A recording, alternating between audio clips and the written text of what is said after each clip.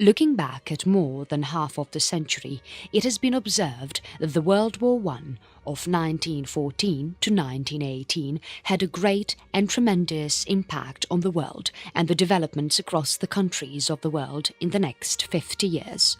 At the same time, the world also witnessed enormous and great innovations in the field of genetic sciences and electronics, which also accelerated the speed of the transportation with the use of the advanced automobiles and the airplanes.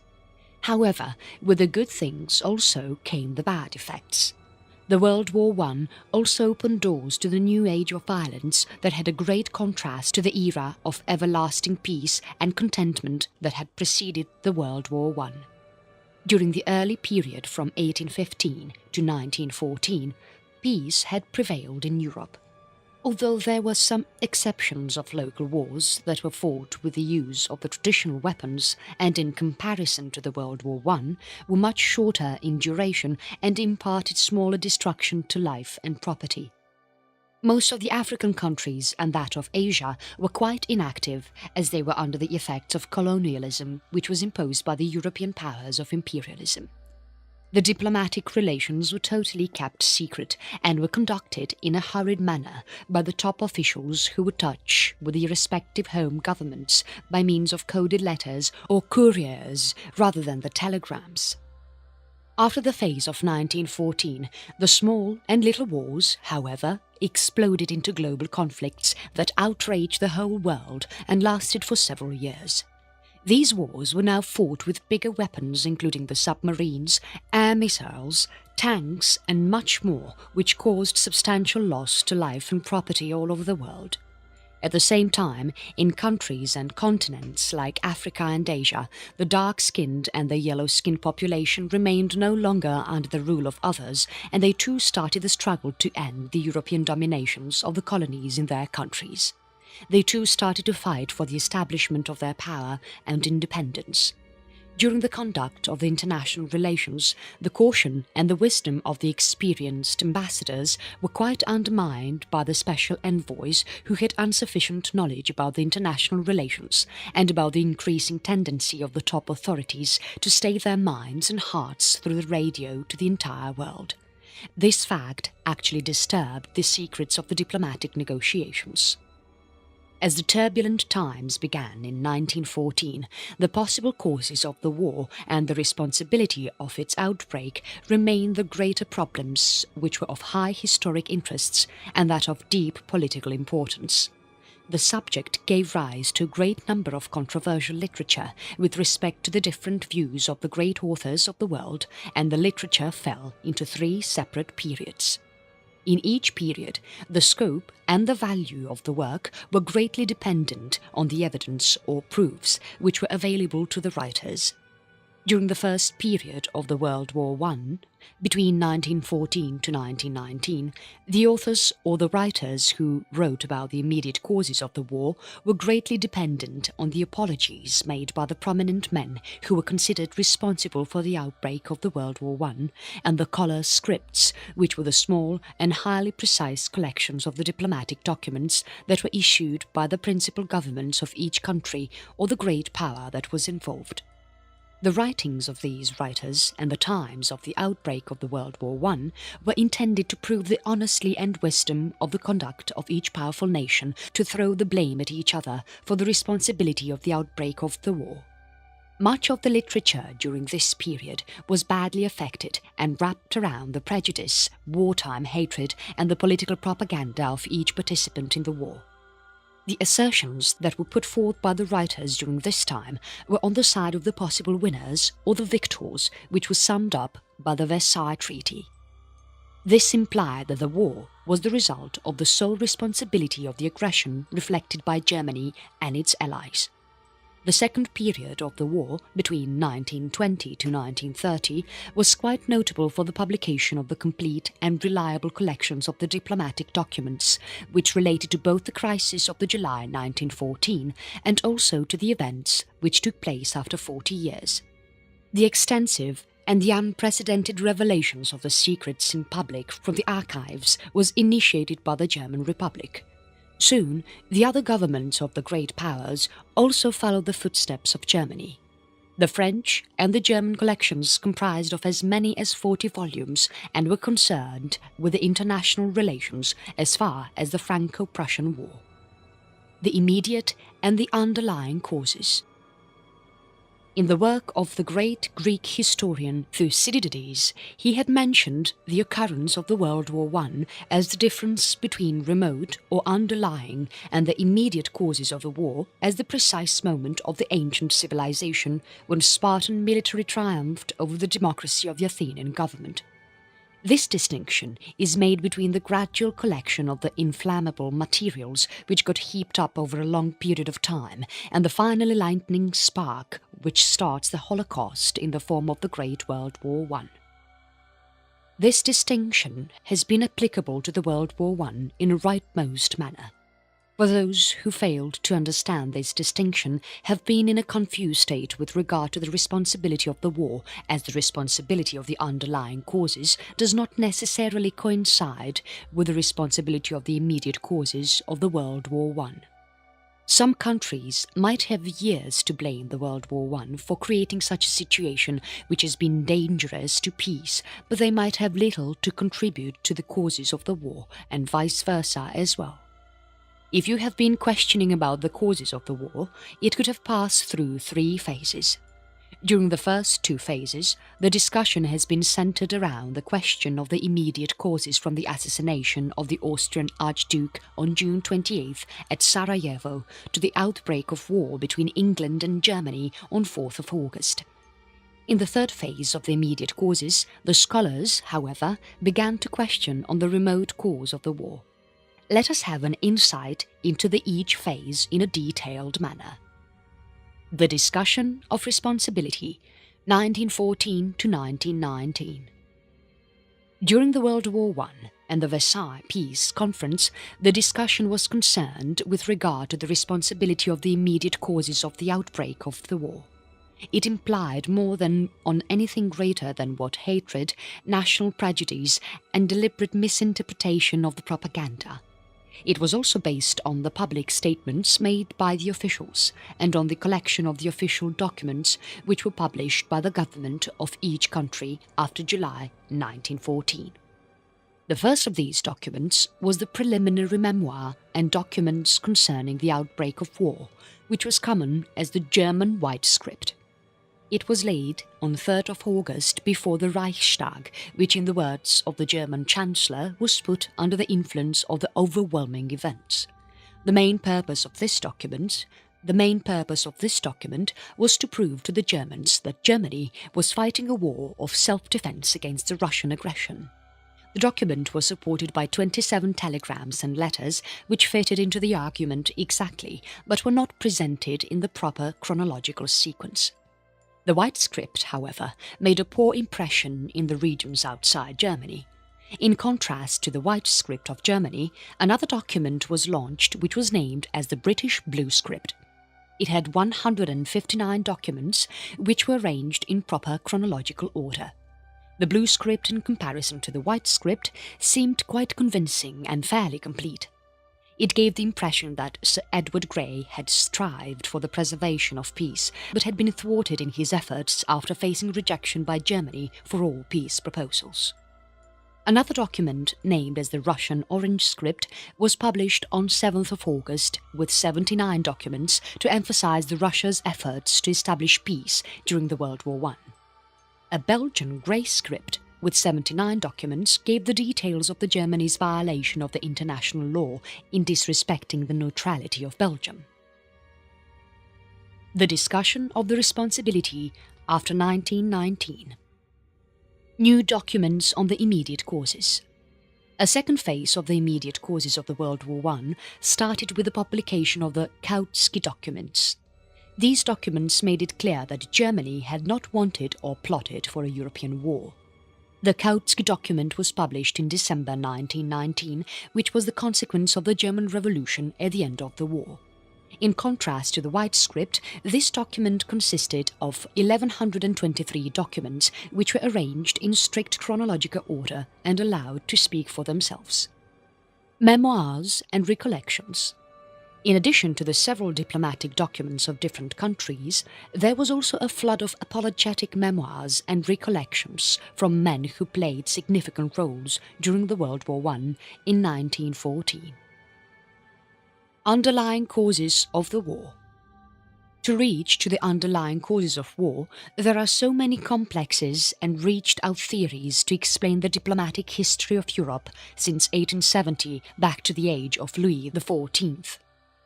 It also involved the technical study of the naval and military forces of the several countries, including the factors like the plans of campaigns of the countries, the relation of the military and the civilian authorities in each country, the fear of psychology and other factors, including the conceptions of navalism and militarism as the underlying causes of the World War I.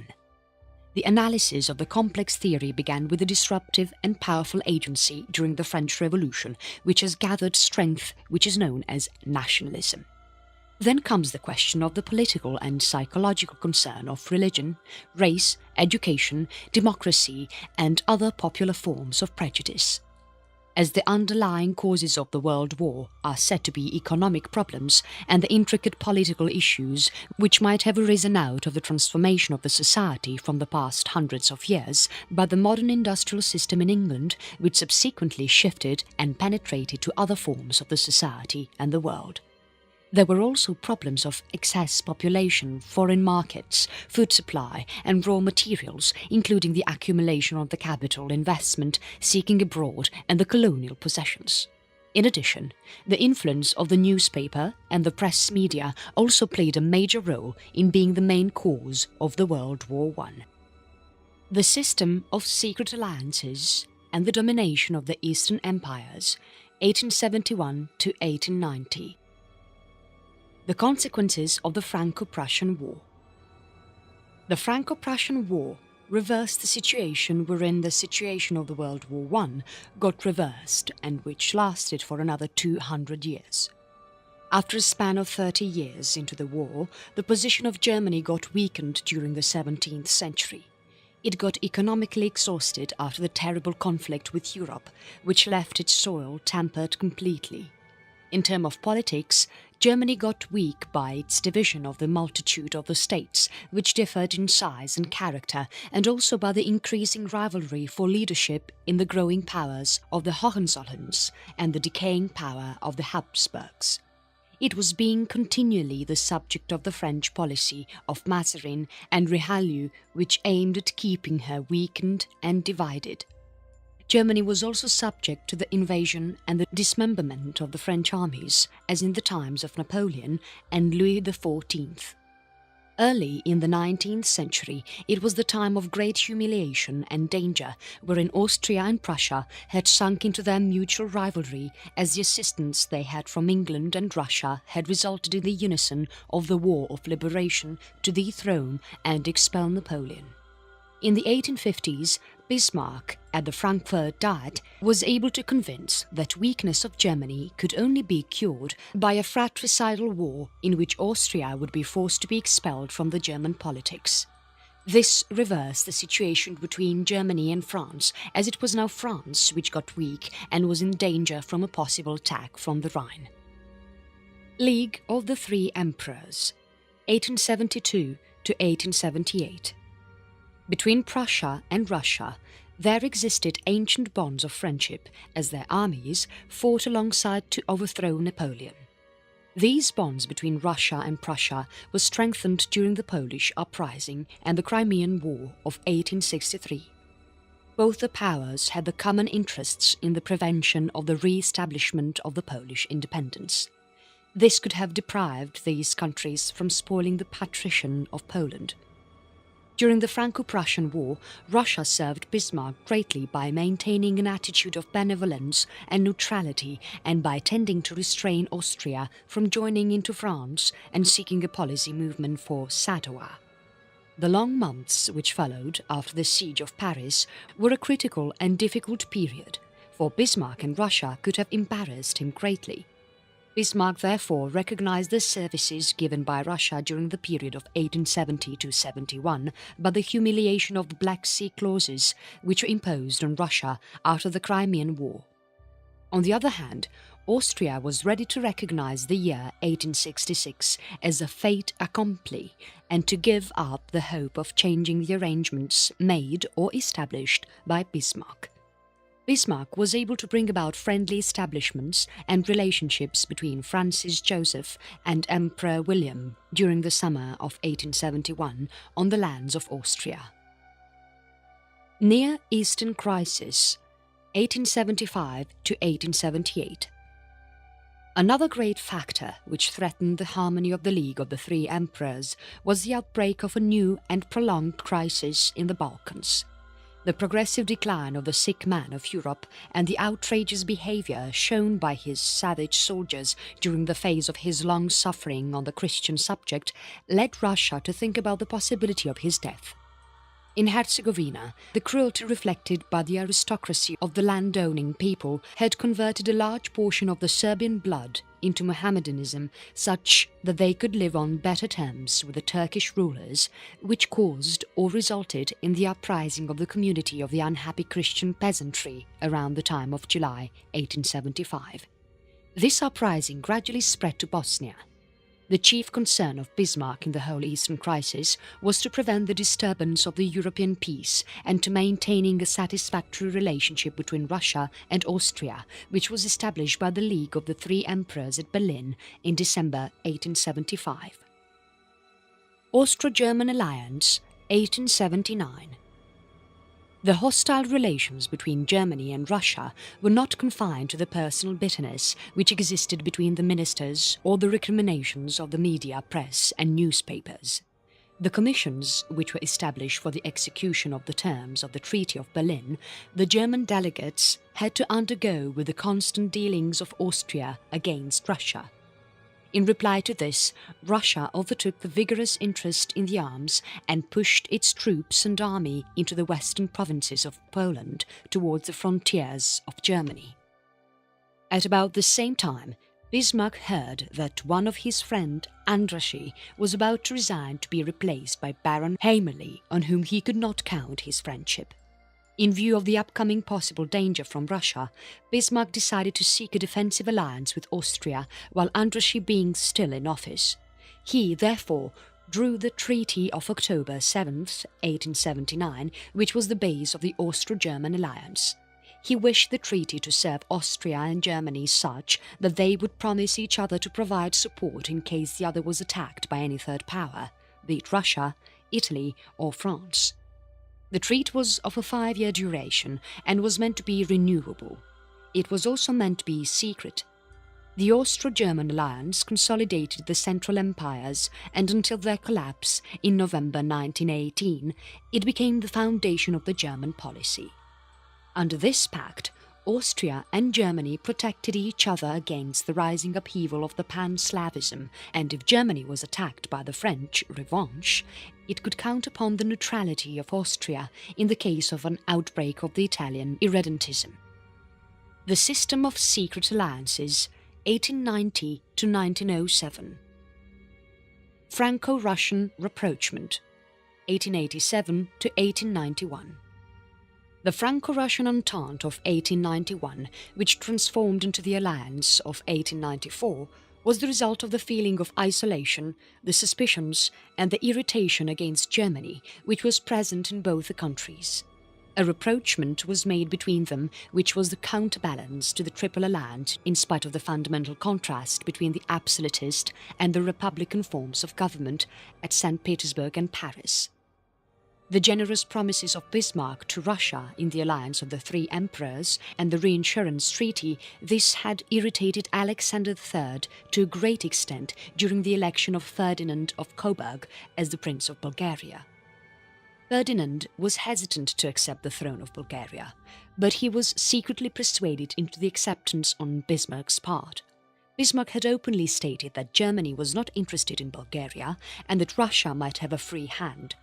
The General Ambassador of Vienna was supposed to write a letter to Ferdinand in a secret manner to hint the support of Germany to Russia in case he accepted the Bulgaria's throne.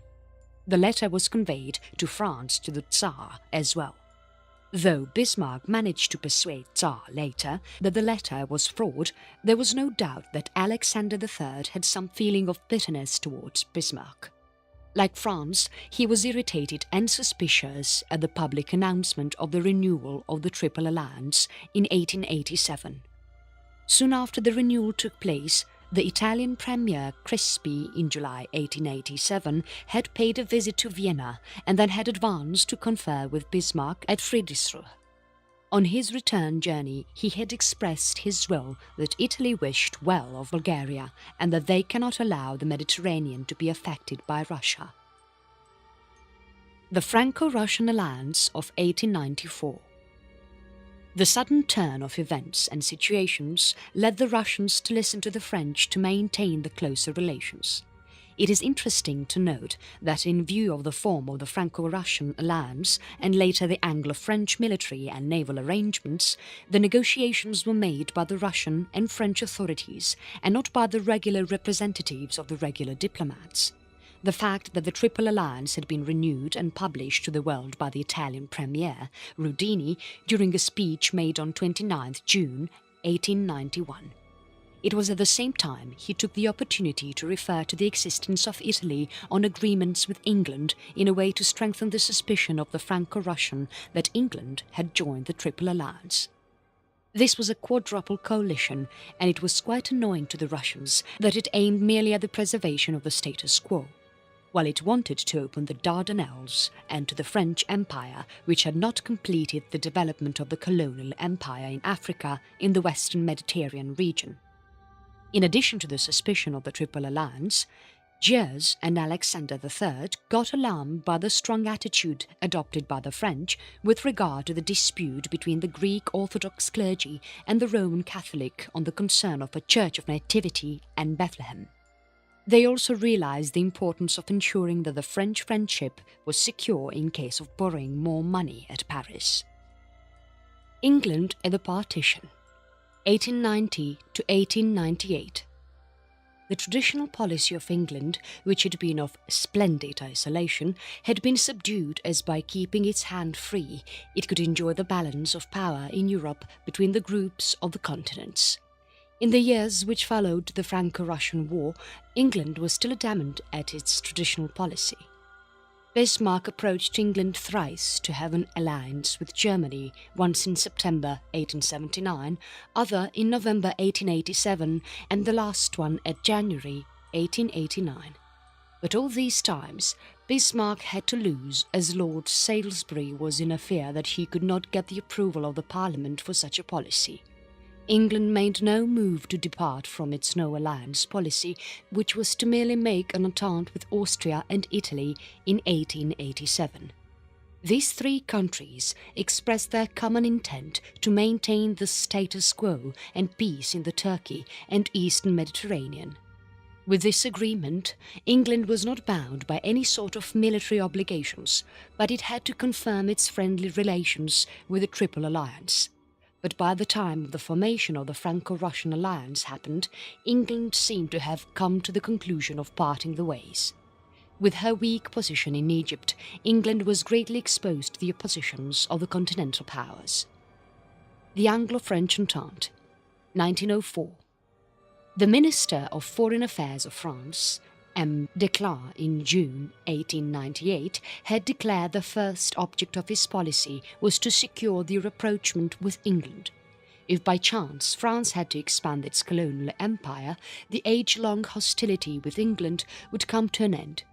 Declars thereof took effective and precautionary steps towards reconciliation with perfidious Albion. He approved of the treaty to settle the dispute with Anglo-French boundaries in the Niger Valley. On 21 March 1899, he reached the agreement with England that it would delimit the French and the English on spheres of influence in the region between the Congo and the Upper Nile. He only opened way better for the Anglo-French relations. The public opinion in both the countries was still hostile. It got more aggravated by the Boer War. Meanwhile, the death of Queen Victoria in 1901 and the retirement of Lord Salisbury in 1902 opened the ways for two men who were quite enthusiastic to maintain closer relations with France, Lord Lansdowne and Edward VII. The new king, Edward VII, has spent much of his time as the Prince of Wales in Paris and on the Riviera. He was quite familiar with the French habits and spoke French with much ease. He had warm relations and disposition towards France and even had a strong liking for the French people. In 1903, he visited France as the king and was greeted in a warm manner. The President Loubert of France greeted King Edward with a return gift that was the cordiality from both the sides. The Morocco Crisis of 1905. The Kaisar's visit to Tangier on 30th of March 1905 was believed in England and France to be the main cause of the Declared fall on 6th June. This was the result of the German efforts, which was a threat of force to test or break the newly formed Entente Cordiale to separate England from France. However, the misconception had arisen from the ignorance and the prejudice of some parts of the nation. Bülow and Kaiser both felt the need to do something, but their opinions changed considerably. Bülow wished to wait for the formal notification of Declares about the Germany making it with the Moroccan agreement. When Declares ignored Germany for almost a year, Bülow tried to take his notice by forcing Kaiser to make the spectacular gesture at Tangier in March 1905.